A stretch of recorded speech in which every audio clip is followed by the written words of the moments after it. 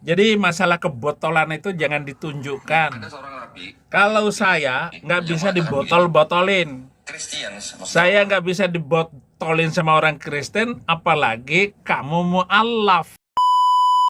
Ya Yesus itu sendiri, kiblat kami. Itu sebabnya kami nggak mengarahkan jidat kami ke Yerusalem, tidak mengarahkan jidat kami ke Mekah, ke barat atau ke timur, ke atas atau ke bawah. Orang Kristen nggak perlu lagi ke Mekah, sekedar untuk mutar-mutar batu hitam.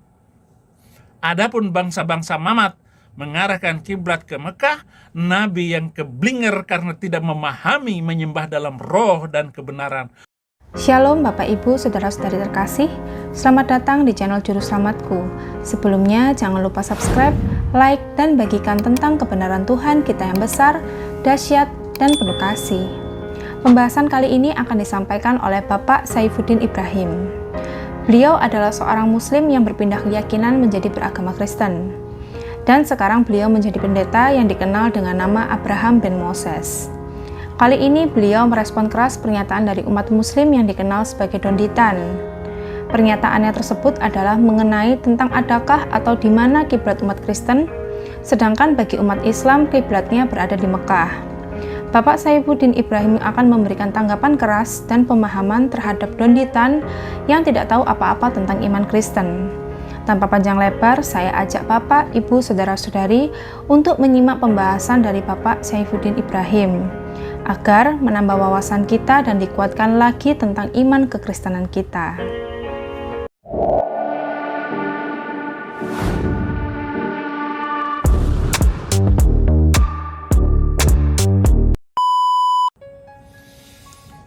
Salam saudaraku dalam kasih Kristus. Ada video dari kobotolan Donditan. Dia mengatakan bahwa orang Kristen nggak punya kiblat. Terus dia jawab sendiri, dia tanya sendiri, dia jawab sendiri. Di mana kiblatnya Yesus Kristus? Tuhan Yesus saja ada kiblatnya, ya ke Bait Kudus, ke Bait Allah katanya. Oke.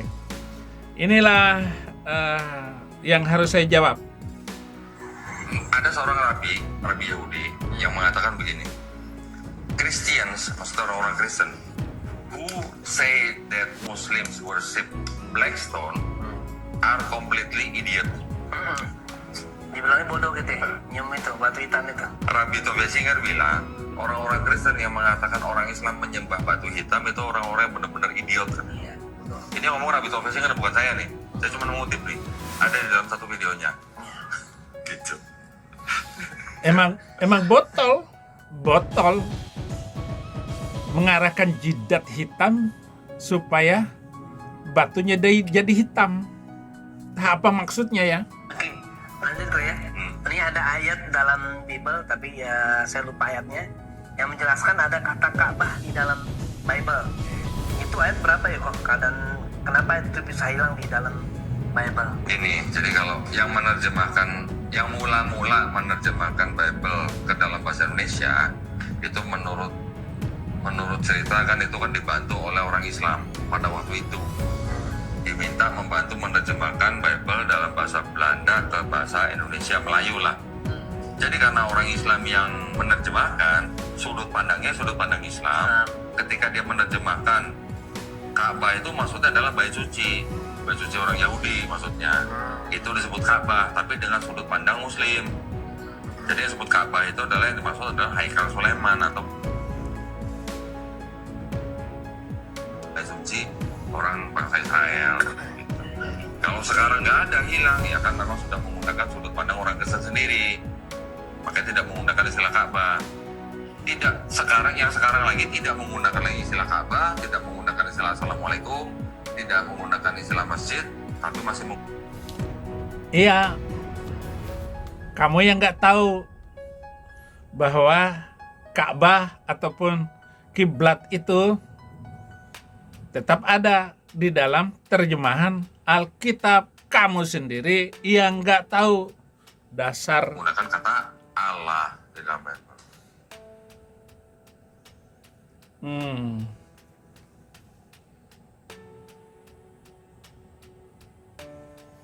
Kamu harus tahu.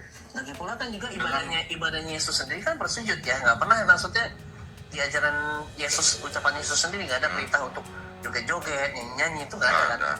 Malah Yesus itu justru bersujud ya, Iya. berdoa semalam-malam Iya. pada Allah ini. Iya. Dan Yesus juga punya kiblat. Iya, Kemana kiblatnya? Ya itu ke bait suci. namanya suci. Kiblatnya. Ya, ya. Nah, jadi kalau Yesus punya kiblat, Kristen nggak punya kiblat, Kristen ngikutin siapa? Ya. Dasar framing botol lo. Ya, Dondi, ntar dulu Dondi.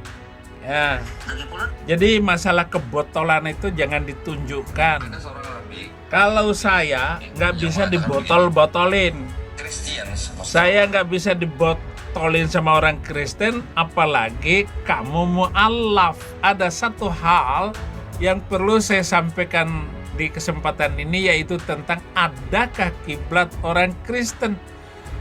Tentu saja hal ini tidak biasa dibicarakan dalam khutbah ataupun debat dengan lawan kita karena memang tidak ada kajian di STT, tapi saya dapatkan karena selalu menginjil kepada kaum gurun di Indonesia. Ataupun saya sering bertemu dengan orang-orang yang bertanya aneh-aneh.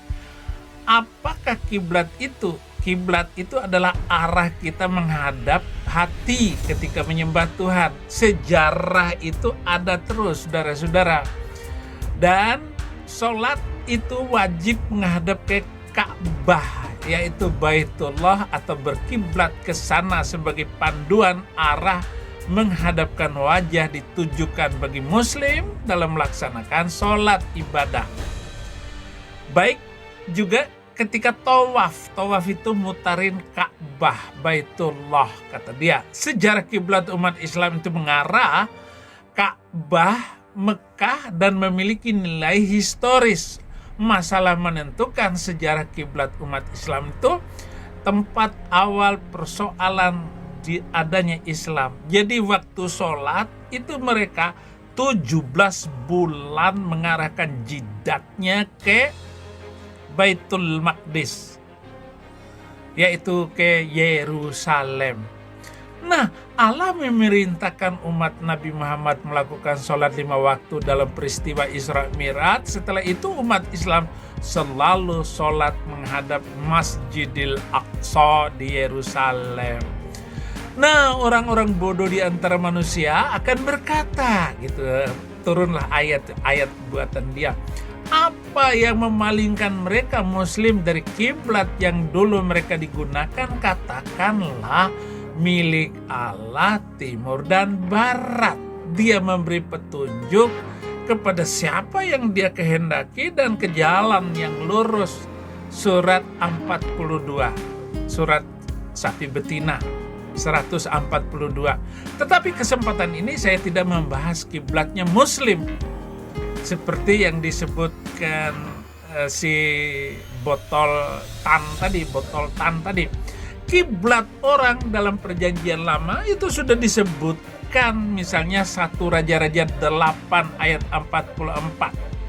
Apabila umatmu keluar untuk berperang melawan musuhnya ke arah manapun, engkau menyuruh mereka, dan apabila mereka berdoa kepada Tuhan, berkiblat ke kota yang telah kau pilih dan ke rumah yang telah kau dirikan bagi namamu. Kemana? Yerusalem. Yerusalem itu adalah kedamaian sampai datangnya Yesus Kristus. Nah, ini ketahuan botolnya itu. 2 Tawarikh 6 ayat 34 sampai 35. Apabila umatmu keluar untuk berperang melawan musuh-musuhnya ke arah manapun, engkau menyuruh mereka, dan apabila mereka berdoa kepadamu dengan berkiblat ke kota yang telah kau pilih dan ke rumah yang telah kau dirikan bagaimana namamu, maka engkau kiranya mendengar dari sorga doa dan permohonan mereka, dan engkau kiranya memberikan keadilan bagi mereka. Ada kiblat dogi Daniel berdoa mengarahkan rohnya ke kiblat kota pilihan Tuhan. Daniel 6 ayat 11. Demi didengar Daniel bahwa surat perintah itu telah dibuat, pergilah ia ke rumahnya. Dalam kamar atasnya ada tingkap-tingkap yang terbuka ke arah Yerusalem. 3 kali sehari ia berlutut berdoa serta memuji Allahnya seperti yang biasa dilakukannya. Lalu kemana kiblat kita orang Kristen? Matius 6 ayat 9 sampai 10. Matius 6 ayat 9 sampai 10.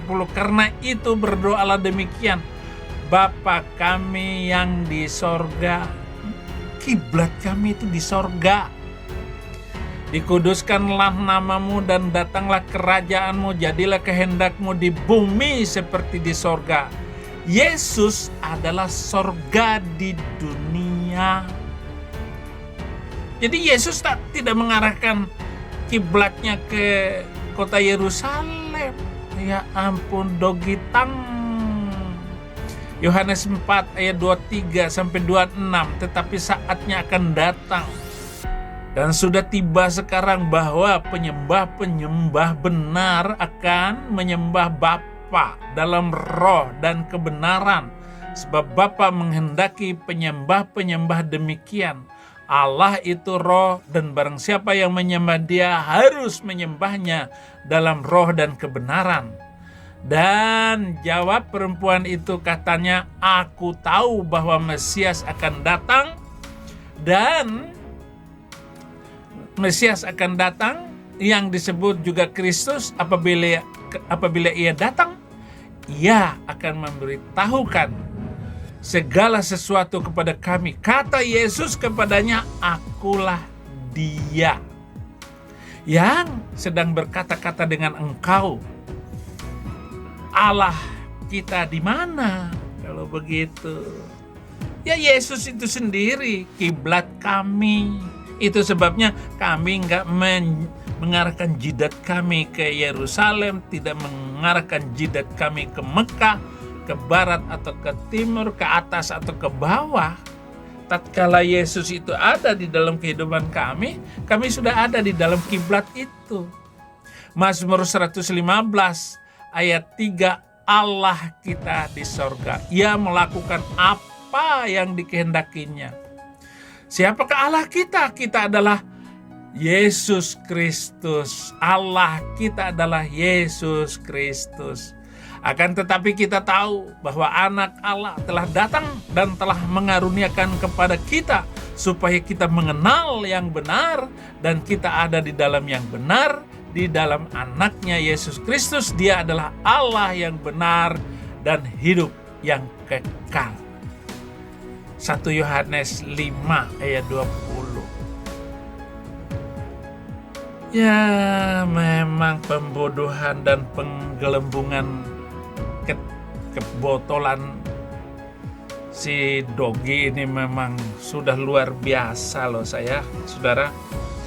Itu sebabnya saya ini kadang-kadang apakah kerja saya ini hanya begini, menjawab dan membantu mengertikan kepada banyak sekali mereka ini kabur dari Kristen gara-gara si Dogitang ini. Tapi ini jangan lupa subscribe dulu dan komen. Mazmur 96 ayat 5, sebab Allah bangsa-bangsa adalah hampa, tetapi Tuhanlah yang menjadikan langit. Itu sebabnya kita orang Kristen tidak berkiblat lagi ke arah tempat, waktu, ataupun apapun.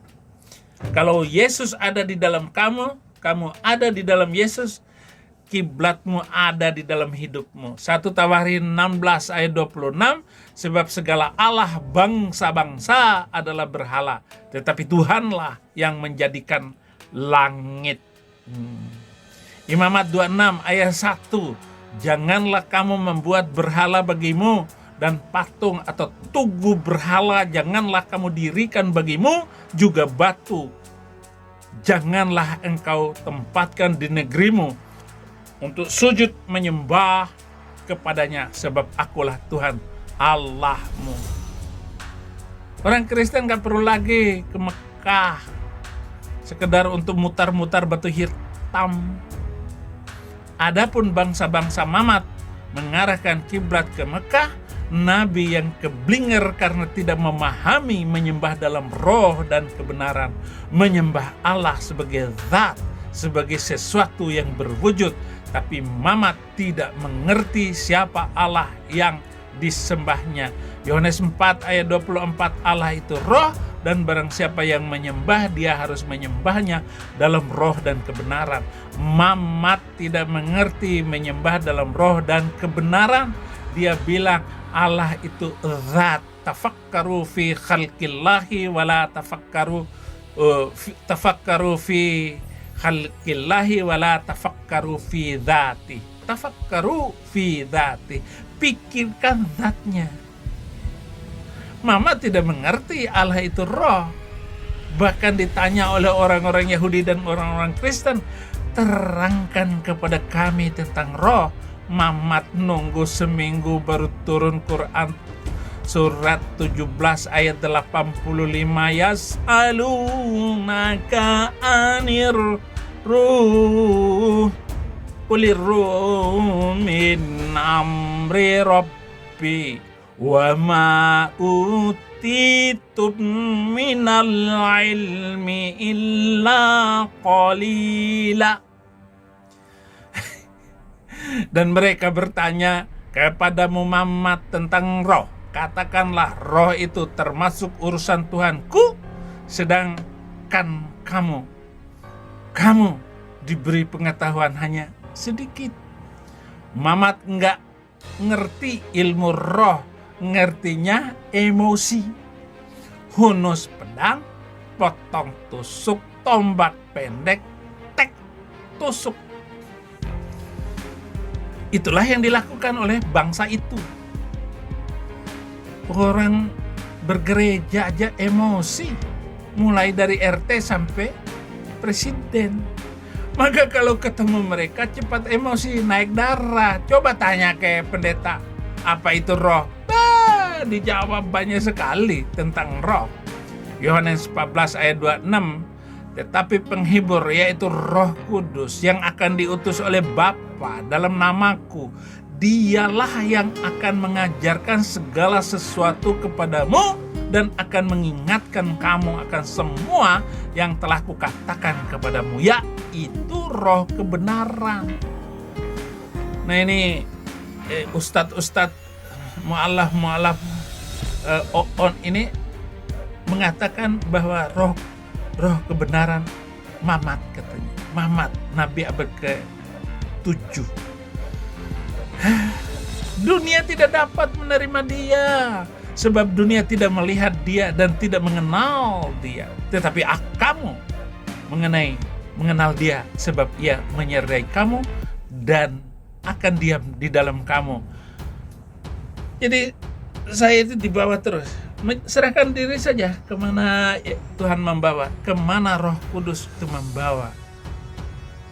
Maka jangan menyesal dan kecewa dengan apapun dalam hidup ini. Ya kalau keadaan begini, ya sudah begini. Ya, apa tugas Roh itu bagi orang Kristen? Yohanes 14 ayat 16, aku akan meminta kepada Bapa dan ia akan memberikan kepadamu seorang penolong yang lain supaya ia menyertai kamu selama-lamanya. Orang Islam gak bakal mengerti tentang fungsi roh. Gak ngerti, gak ada ayatnya. Maka debat mereka dengan kita selalu, masa Tuhan mati di tangan manusia? Rasain lo. Karena mereka tidak percaya roh pembimbing. Hanya nanya-nanya begitu. Pokoknya nanya melulu. Yohanes 16 ayat 13, tetapi apabila ia datang, yaitu roh kebenaran, ia akan memimpin kamu ke dalam seluruh kebenaran. Sebab ia tidak akan berkata-kata dari dirinya sendiri, tetapi segala sesuatu yang didengarnya, itulah yang akan dikatakannya. Dan ia akan memberitakan kepadamu hal-hal yang akan datang. Ayat ini ditafsirkan oleh Muslim sebagai ramalan bagi Plukusuntur Muhammad sallallahu alaihi wasallam. Aduh, mantap juga. Jadi kalau orang Kristen hidup melekat dengan roh, maka pribadi orang Kristen akan tampak seperti di Galatia 5 ayat 22-23. Tetapi buah roh ialah kasih, sukacita, damai sejahtera, kesabaran, kemurahan, kebaikan, kesetiaan, kelemah lembutan, penguasaan diri, dan tidak ada hukum yang menentang hal-hal itu. Nah, kalau roh itu hinggap pada seseorang, maka dengan sendirinya orang itu akan berani bersaksi. Jadi Roh Kudus itu adalah tandanya berani bersaksi, berani membela kebenaran dan menegakkan keadilan. Itu sudah dihinggapi Roh Kudus.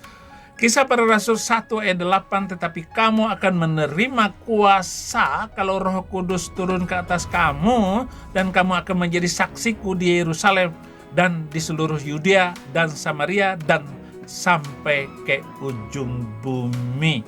Roma 8 ayat 11. Dan jika roh Dia yang telah membangkitkan Yesus dari antara orang mati diam di dalam kamu, maka Ia yang telah membangkitkan Kristus Yesus dari antara orang mati akan menghidupkan juga tubuhmu yang fana itu oleh rohnya yang diam di dalam kamu.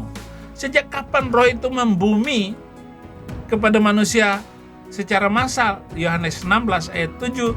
Namun benar yang kukatakan ini kepadamu adalah lebih berguna bagi kamu jika aku pergi.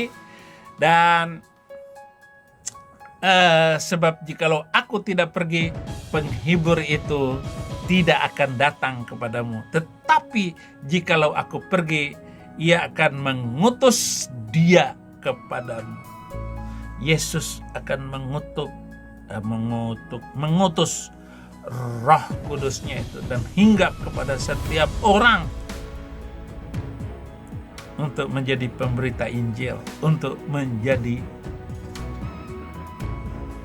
pesaksi unggul bagi siapapun. Haleluya. Terima kasih. Tuhan Yesus memberkati. Ya, begitulah tanggapan dari Bapak Saifuddin Ibrahim atas pernyataan Don Ditan. Bagaimana menurut pendapat Bapak, Ibu, Saudara-saudari sekalian setelah melihat video tersebut?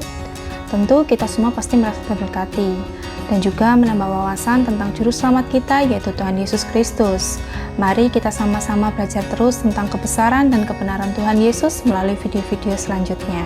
Shalom dan Tuhan Yesus memberkati.